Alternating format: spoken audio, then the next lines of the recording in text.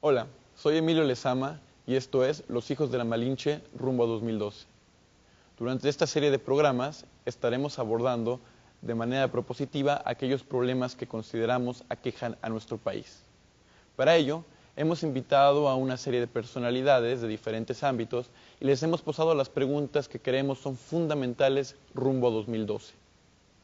La intención no es solamente criticar, sino proponer. Vivimos en una sociedad aquejada por diferentes problemas, la violencia, la educación o la falta de oportunidades. En ese marco, ¿cuál es el problema más urgente a resolver para el próximo presidente de México? Esa es la pregunta que hemos realizado a las diferentes personalidades. Ellos tienen solamente 2 minutos para contestar. Comencemos.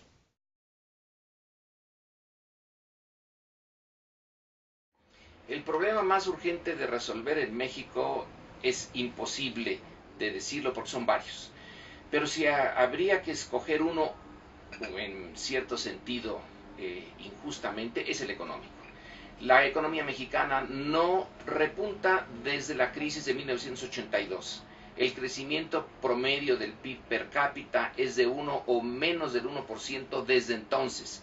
Quiere decir que ya llevamos alrededor de 30 años con una economía muy deficiente. No es el único problema importante, pero si hubiera que escoger, con ese me quedaba yo.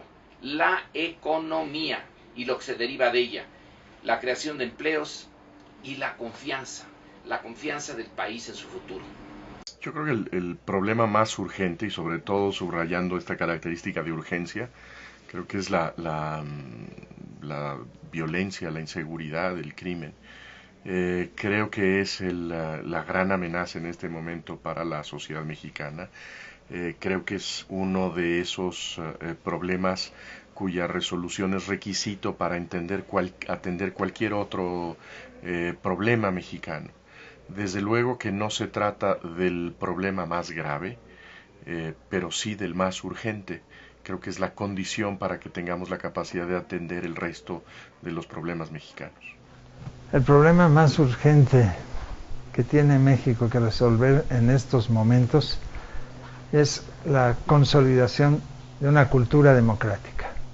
Yo creo que eso es lo principal. Hemos transitado hacia la democracia, hay ya instituciones que permiten los mecanismos de representación democrática, digamos que en eso se ha avanzado mucho.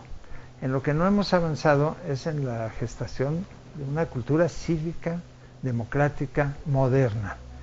Yo creo que México sigue sumergido en gran medida en una cultura propia del antiguo régimen. La cultura del nacionalismo revolucionario sigue siendo, no diría hegemónica, pero sí muy fuerte, muy importante, y eso explica el que haya pues tanta resistencia al cambio. Es muy difícil decir cuál es el problema más importante de México porque supondría que existe una fórmula mágica en la cual se ataca una vertiente cuando se va a resolver todo.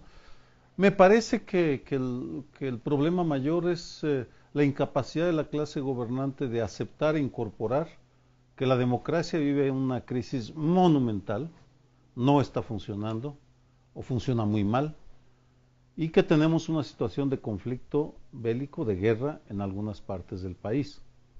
Esa negación impide confrontar de manera clara, abierta, esas dos realidades, grandes realidades de las cuales se desprenderían ya políticas concretas en cada una de ellas.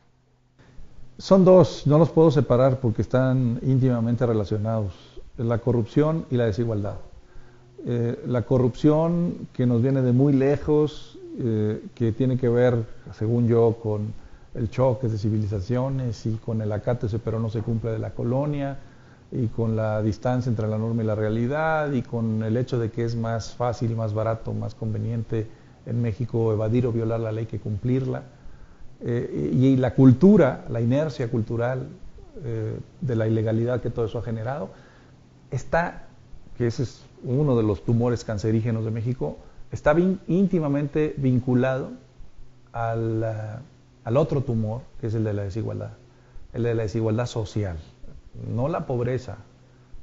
La pobreza, claro, es importantísima y hay que combatirla, pero la desigualdad es igual o más grave. De hecho, hay estudios que demuestran que es la desigualdad y no la pobreza, o es más la desigualdad que la pobreza la que le pega a los países. Y en México, desde que Humboldt lo dijo y mucho antes, somos y seguimos siendo el país de las desigualdades. Entonces, corrupción y desigualdad forman una pareja o las dos mitades de un todo que yo creo es el problema más grave de este país.